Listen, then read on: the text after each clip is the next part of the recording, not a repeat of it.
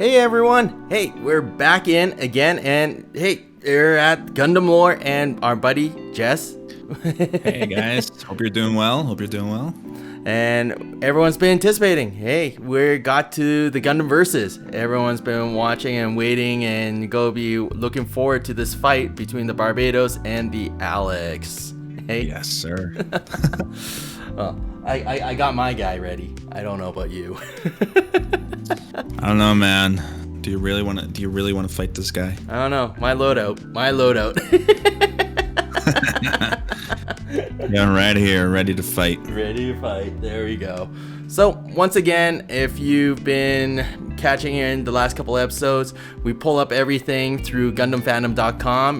Definitely, go check it out. If you want to check in on any of the lore or any of the, topics that we already covered already, please go back and check on this link there. Yeah. Sure. All right, so let's get into the nitty-gritty of things. The RX-78 NT-1 Alex Gundam versus the ASW-G-08 Gundam Barbatos. Yes, sir. This is a Universal Century versus the post-disaster. Now, for those out there, we are not going to go super into depth into the loadouts of each of these mobile suits. If you want to watch that, we will leave a link over here in the corner where you guys can click to go watch each of those videos separately.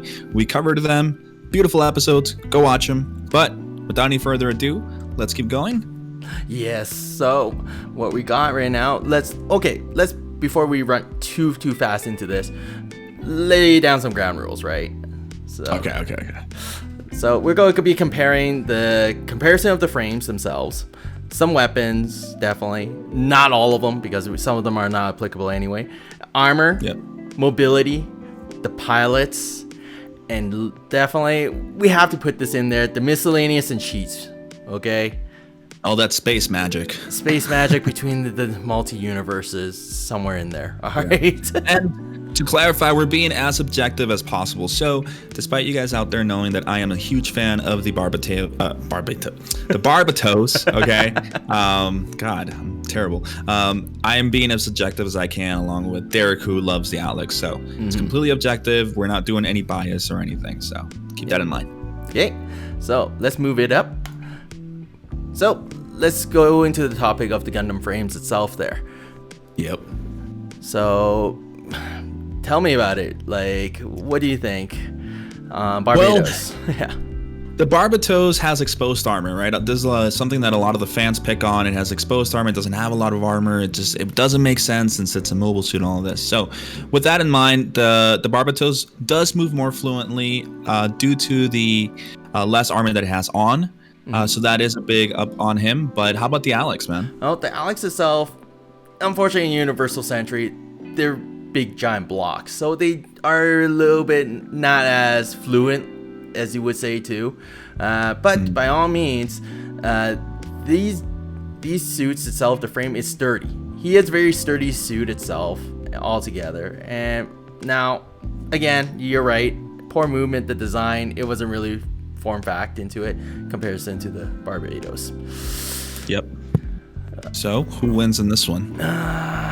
Realistically, in the frames itself, even though the lower exposed armors and all, technically the Barbatos, like, speed wins, right? Yep. You get anybody that can outrun you around, even with the lack of armor. Technically, they get you a heads up, right? Yeah, I mean, the Alex is a walking tank with all that armor on it, so it's definitely hindered by that. And the Barbatos just comes out winning due to that lack of armor and that movement speed that it gets. So, yeah, well. With that said, yeah. Sorry, were you gonna say something? Oh no, I was going to say is like, yeah, you're right. It's like any of us right now during winter. If you put on layers and layers, you're not gonna move that well. By all means, it goes stripped down to your shorts. You're feeling like great, right? So. And then die in the snow, of course. Okay. So, your favorite part? Yes, absolutely. Oh, we go flip weapons. The weapons. So, by all means, we're gonna go on just the base highlights of some of the weapons. Like, it makes sense. Everyone, if you haven't watched the last two episodes, we get a whole breakdown of the weapons. Yeah. So sorry, I was gonna say we're gonna summarize it because we know that the Barbatos has a lot more melee weapons than it does long range. So, for example, the Barbatos is more of a brute force kind of guy, melee force. He wins on that side. So not a lot of long range, but long range weapons. Derek? Yeah, absolutely. Like, let's be honest. The Alex Gundam itself was designed specifically for long-range fights itself originally. Universal Century, they were designed, all mobile suits were designed between fighting other mobile suits directly, far away, or blowing up ships out in space. Yeah. Literally. like long-range weapon-wise, you have the Hyper Bazooka, and you also got the beam rifle. And let's not forget the dual Gatling guns. And the head Vulcans. Oh, yeah. So that's a lot of shots to it. It's a lot of firepower, but I don't know. Who would take this one home? Who takes this one home? So ideally in this one, Barbatos will pull this win because the fact is, like, he does have the one long and a couple smaller because he can attach like grenade launchers and also submachine guns under his arms, and also the big 300mm smoothbore cannon. That's a huge cannon, right? And we all know, we already went through this, is that the smoothbore cannon is inaccurate as it is, but the moment you actually equip it onto the Barbatos and you have Mizuki in there, he can snipe with that thing. That thing's nuts. Right? Yeah. So. Yep. To both AHAB reactors, I'm pretty sure that's why he was able to get a little bit more accuracy. But Barbatos wins this one, obviously with range and melee weapons. But there's something that kind of is going to slow down that winning point, which is the armor, right? Yeah, that's gonna be the big one for itself. Like as you were saying too, like the Alex Gundam is a walking tank comparison to the Barbatos. Like Lunar Titanium, Gundarium in the short term, toughest thing out there. It's able to handle between some parts of re-entry of the space.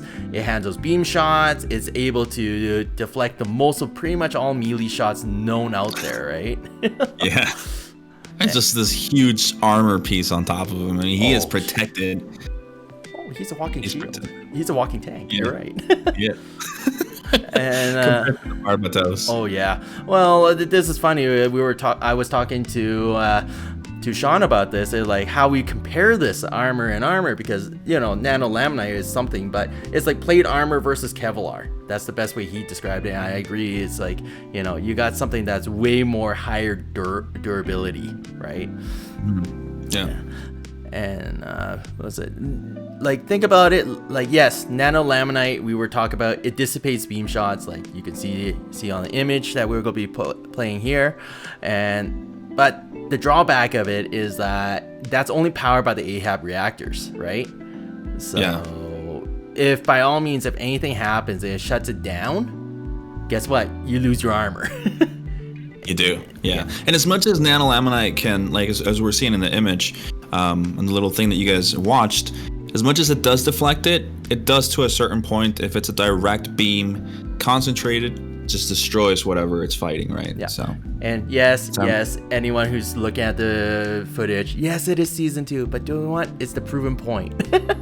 Get it? And it's not the Barbatos, but it is. It is a suit using the same technology, so we do have that. Yeah, it's being objective. Exactly. But the type of armor they have also blends into mobility, which we already touched upon a little bit before. But for this one, it's a little weird. Speaking of, because for example, the Alex, if I may, Derek, the Alex has all of this armor on it, right? Mm-hmm. And though it protects it, it hinders its movement. But let's say that the Alex wants to be faster. What is he going to have to do? He's going to have to drop all of that armor. Yep. And then all of a sudden he loses that point. So it's kind of a little 50-50 here, because the Alex in this case can fly forever due to the Minovsky reactor that it has. It has continuous power as opposed to the Barbatos. What does the Barbatos have then, Derek? Well, the Barbatos itself does have the twin AHAB reactor, but that's only towards like the general movement and the controls of the suit itself. For actual propulsion and like flying around and everything, it actually still uses fuel.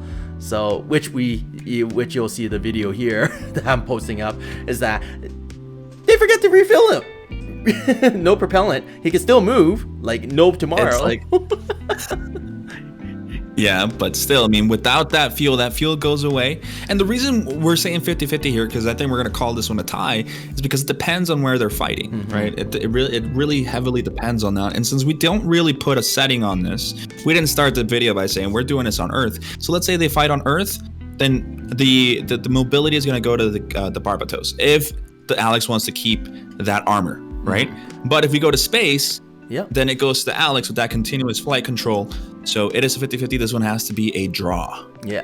And unfortunately, it has to be that way. So we give each one the point on that one. I mean, we're being objective. We're being fair. Yep, we are. And let's get into the next one. The lovely pilots. We all know, love. Sorry, I was gonna say one of my favorite pilots is Mikasuki. He's a child soldier.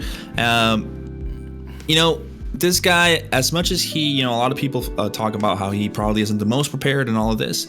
The truth of the matter is, due to all the trauma that he's gone through, he's kind of become this, in my opinion, this lifeless character, because a lot of people always say, Mikasuki has no personality. Well, the guy's a child soldier. He's been forced to do all this stuff.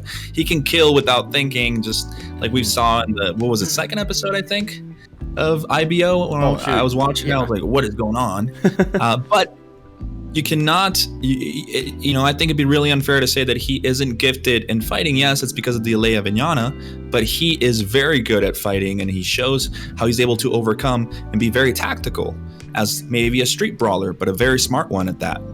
Unlike maybe Chris. What about Chris? Well, Chris, she's a rookie test pilot. Like, she's, brought on board from between the London Bell team for Anaheim to actually, pilot and test out the Alex Gundam just to make sure everything's functioning before handing it over to Amuro.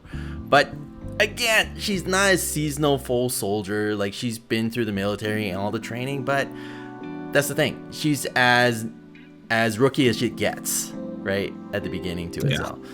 So there was expectations. But by all means, if by all hands this reached out to Amuro, we all know fan favorite boy here, the White Devil.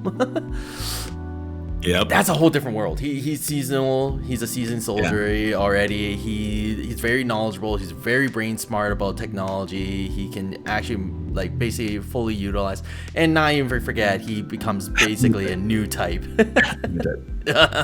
New type. There we go, the space magic. But what do we decide?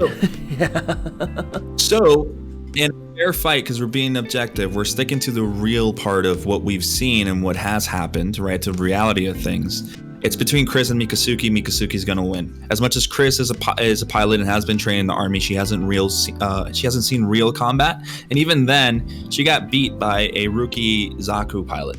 Come on, Bernie. Bernie. That right there should already tell you a lot. She's cool and all that, but we just have to be realistic. But as Derek said, if we had this beautiful fight between Amuro and Mikasuki, I am not one to say that Amuro would destroy Mikasuki, because Amuro is the White Devil and he's legendary because of it. So sticking to being fair, right? Yeah, exactly. So let's try to stick it to the level playing field. I know. Sorry, guys. And let's go next slide. Yeah, there's poor Chris. There we go. Poor Chris. And then Mizuki. He looks so calm already. He looks so calm. I think this is season 1 Mikasuki, right? Yeah. Oh yeah, we have to remember that, everyone. We're only talk about the first Barbatos, the first 6 forms, not anything. Yeah, we're not over, not season 2, because season 2 would be a whole different story, and we haven't even covered that. That'll be some other time. But let's go on to one of my favorite projects, is the miscellaneous and the cheats that we would put into this. So, you want to start this off, Derek? Yeah, all right, So, the Alea Vignana system, hands down, no matter what we see it, is the winner on that, right? Yep. Being directly linked to a pilot from the Gundam frame, mobile suit, whichever, it's sort of like the ideal thing, right? It's being able to do everything, control everything, see everything, screw the monitors, screw all the extra controls, being able to think it to do it. isn't that the idea, right? Jeez. Yeah. I mean, the Leia-Vignana system is way ahead of its time. And one of the things that Derek actually mentioned to me, and I'll say this because I really like the way that he explained this, is that the Leia-Vignana system is what, in that time in the Universal Century, they were trying to reach that level of technology where the pilot could be one with the frame. Yeah. That's what they really wanted, and they started out doing that with the SciComm system, but it was literally in its infancy. It was just starting out. And yes, you have to remember that the Alex case was kind of made with the mentality of not using the SciComm system. Is that? Yeah, it was actually correct. You're right. It's like, watch back on our previous video. The Alex was based on not using the SciComm system, was directly trying to say make it more sensitive so the pilot can just react faster and whatnot. That's for, Amuro. Yeah, for Amuro on that one. But unfortunately, as much as I can move a joystick or controls, I do it. Very different. There's no that latency lag doesn't exist. Okay, so I mean that's the best way to see it, right? So definitely this cheat miscellaneous one goes to Leia-Vignana because that's the obviously in some way it might be unfair because we're obviously going future to past, but in that sense, Leia-Vignana system, we're being objective. So. That's the way it is. So now with the final thoughts on this, what do you think, man? So, okay, if you guys go recap back and look, the Barbatos wins. Easily 4-2. Everything that's on there, right? Including the tie. Like, as the Barbatos being able to utilize the Leia-Vignana system, the reaction time of the mobile suit made the hugest deciding factor of this, right? As the Alex Gundam was designed with the idea of not using SciComm at all or anything close to that, we even put it out like the pilots themselves, making a full interesting matchup if it was Amuro.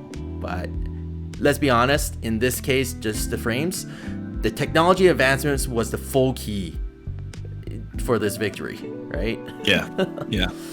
And I just want to clarify it to a lot of people. I love the Barbatos, but as a huge fan of IBO, because even Derek knows I'm a huge fan of IBO. Well, mainly the Barbatos, but I can agree that there are suits out there that would totally annihilate the Barbatos as much as I love it. But in this case, Barbatos wins.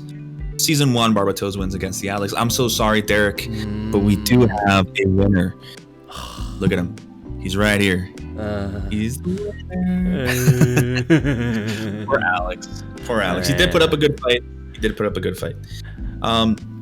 Also, to keep in mind that it's kind of it all depends, and it's very subjective in some way because it depends on what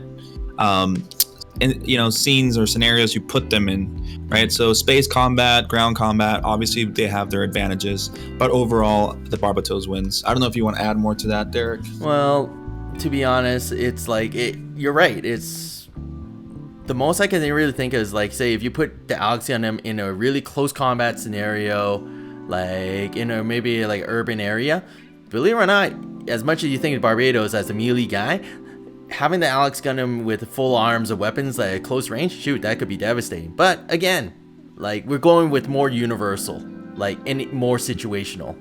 That's the reason why. And I believe now, if by all means, if I did get Amuro in there, that would be a whole different ballgame too.